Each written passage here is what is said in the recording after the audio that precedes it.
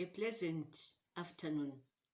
We meet again, and in today's segment, I'm going to be focusing on the tips you need to know as a learner. Basically, the first step is to describe what summarizing is all about. I know for most of you, we have been talking about writing a summary, but the thing is, do you know what a summary is? Do you know what should be written in a summary? So I'm sure at the end of this segment, someone is going to be alert on what a summary is and what must be included in a summary. So the first point is to come up with the definition of a summary.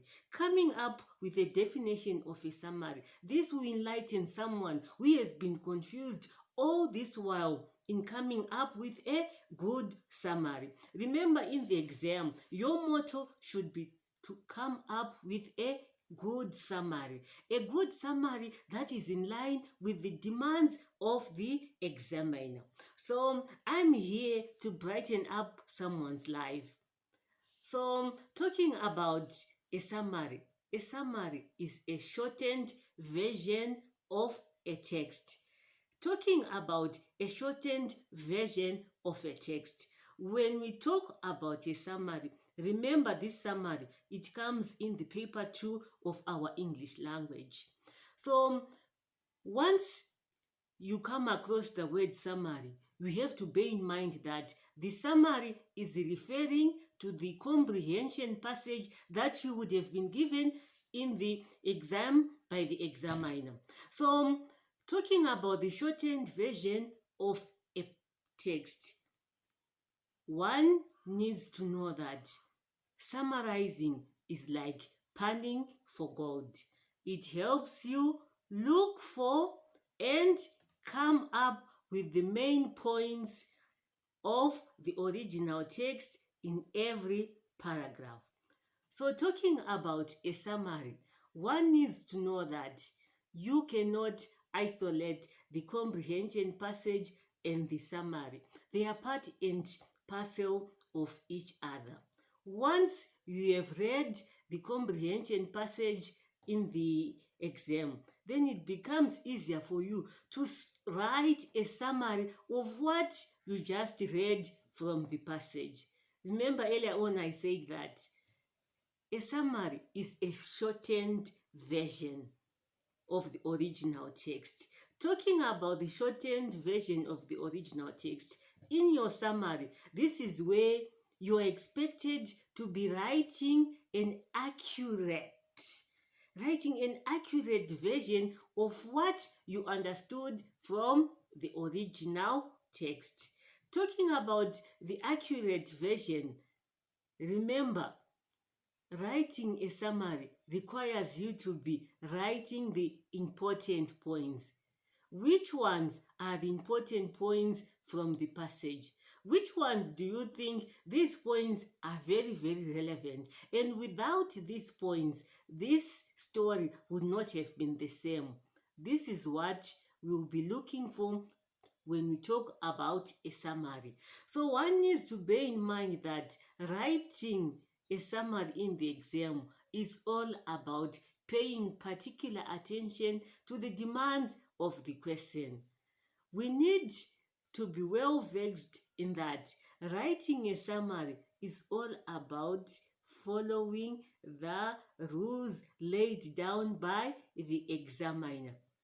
One needs to master that when writing a summary is written in a continuous paragraph.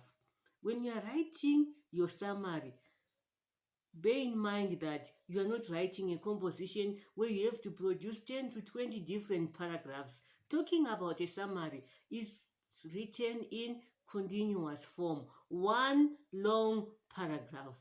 Bearing that in mind, then it's easier for you. You already know what a summary is. A summary does not have a heading. I know for most of you, we have been used in writing a heading. But for a summary doesn't require a heading. You only write on the top a summary. So, talking about writing the summary, one needs to bear in mind that what is it that I'll be including in my summary? Remember, talking about the English examination is all about paying particular attention to the demands of the question. If you don't follow given instructions in the exam, then you have failed. So this is the same for our summary. You need to be following the given instructions. First and foremost, understand what is the question requiring from you. One, to write a good summary, you need to adhere to the demands of the question. Normally, you are guided by the examiner. Write a summary of 160 words and not more than 160 words. That is the first part.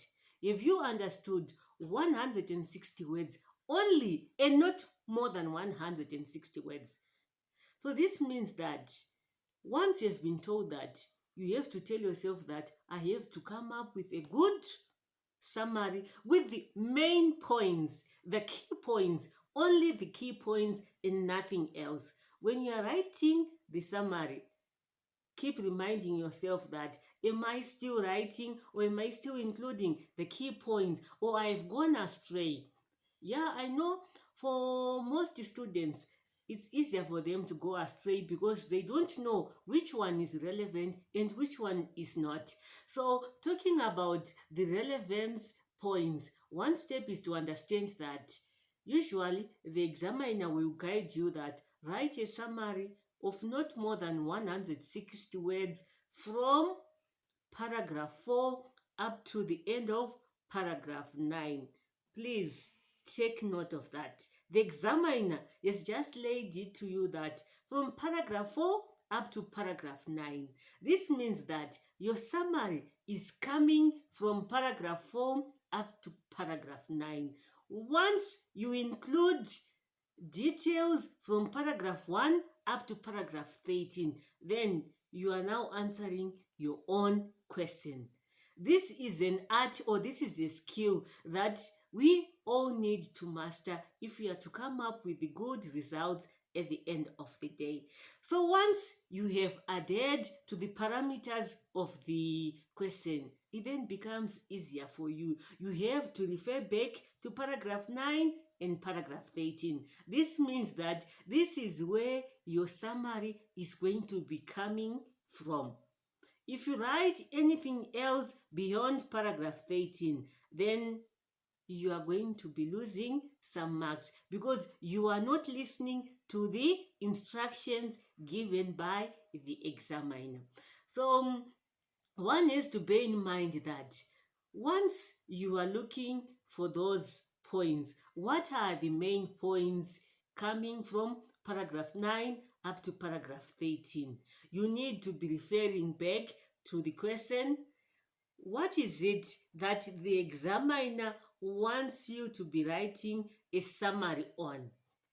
The examiner might say, write a summary of what the main character did soon after the accident. What action did this character do or take after the accident? This means that from paragraph 4 up to paragraph 9, you have to be looking for the action that the main character did soon after the accident. This is where the problem is. Students don't listen or understand what the examiner wants them to do. Remember, it's easier. The examiner has said what action did he or she did soon after the accident. This means that we are only interested in the action that the main character did and nothing else. So one needs to be reading along the lines and highlighting. This is an action. If the main character phoned the police, it's an action, write it down. Phoning the police. If the main actor called an ambulance, that's an action, write it down. If the main character had to run away from the accident scene, write it down. Remember, we are only looking for the actions. We are only looking for words that describe best the action. So one needs to bear in mind that writing a summary is not something that is very complicated. Just tell yourself that I am panning for gold. And panning for gold means that we are only looking for the key points and nothing else. Stick to the parameters of the question. Remember, in the exam, never draw your own question. Don't be in a rush. Once you are in a rush, you end up lying to the examiner. Remember, the examiner expects you to be writing a truthful summary. In a summary is not something that you are allowed to be giving your own opinions. That is not allowed. A summary is totally different from a composition.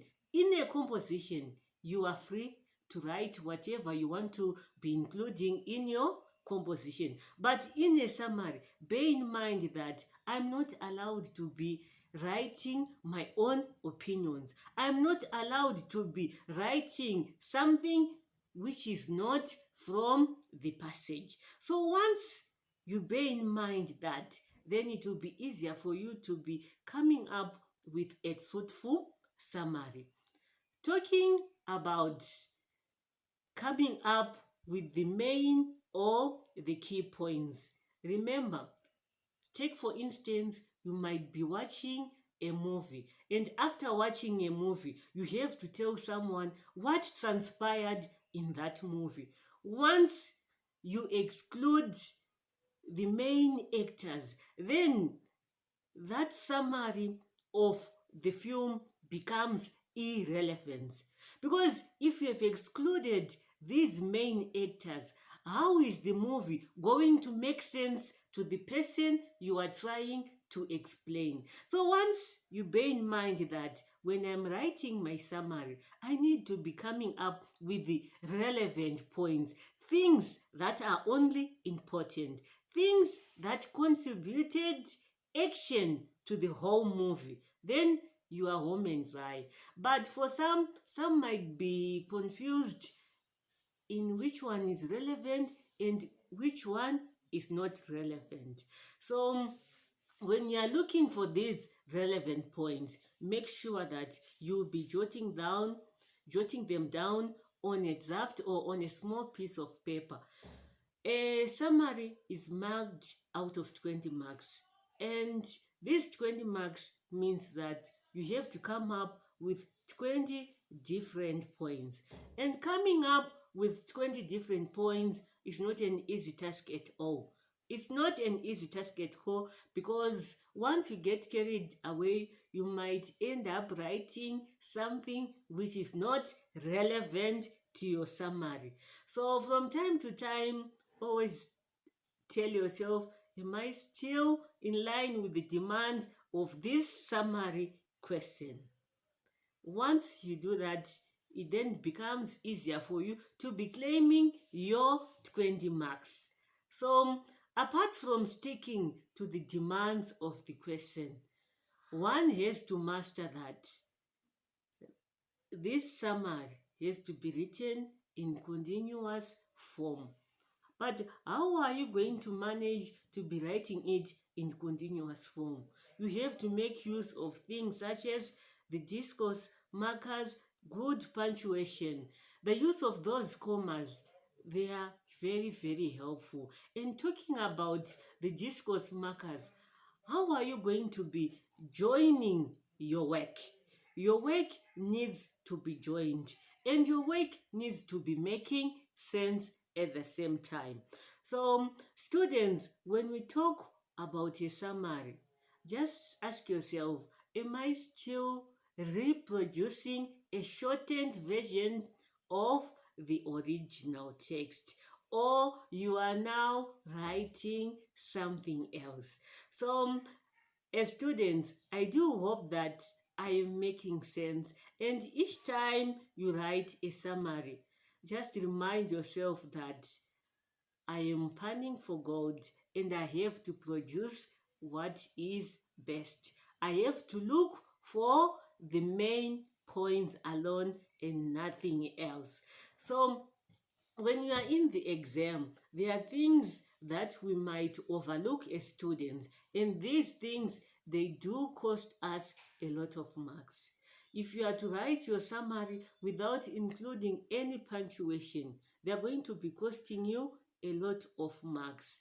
So once you have written your main points on a piece of paper, this means that you now have to be including those main points on the examination paper.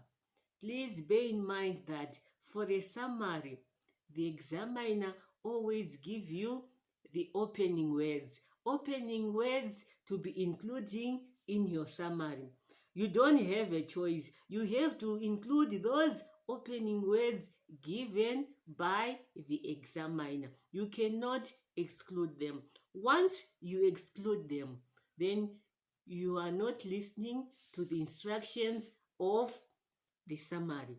And then another thing that you need to master is that your summary needs an ending as well. Never write a summary that does not have an ending. Remember, in English, we value the introduction and the conclusion of any piece of writing. So this is the same even in a summary. You need to be writing or concluding your work. Never leave your work hanging.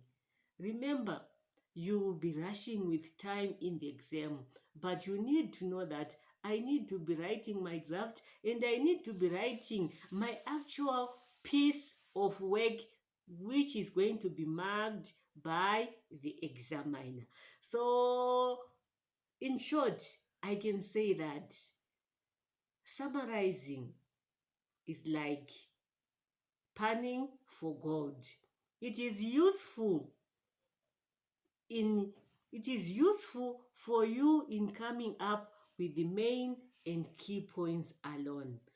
So for one to master the art of summarizing, you need to know that I have to be including only the relevant points and nothing else. So the next time you come across the word summary, just tell yourself, am I writing a shortened version of this original text? Once you tell yourself that, then it becomes easier. But for us to be finding everything easier, especially with this language, with this English language, the second language, we all need to be practicing it. You can never do wonders in the exam if you don't practice at home. I'm sorry, you can never do wonders in the exam and find it easier for you. You're going to be confused in the exam. So I advise you learners, from time to time, do practice some of this summary writing. And bear in mind that a summary and a comprehension, they are part and parcel of each other. And in the comprehension, this is where you have to read and understand. And in the summary, you also have to read and understand and also give an accurate version of what you just read from the comprehension passage. So until next time, you're going to be practicing on how to write a good summary in the exam. Remember, these lessons, they are all for those who want to pass English at the end of the day. We all need English. And some of these things, we might take them for granted. But at the end of the day, we are the ones who are going to be affected. You might be given a document of 10 pages. But remember, they only want a summary of what is in that document. So you need to master summarizing everything. Some might think that summarizing, I'll only meet it in the exam, but don't be haunted for the rest of your life. You are going to be meeting these summaries wherever you go, whether you are going to become a doctor, a nurse, a pilot, but you still need to give a summary of what you just read. So until next time, do practice summary writing. Thank you.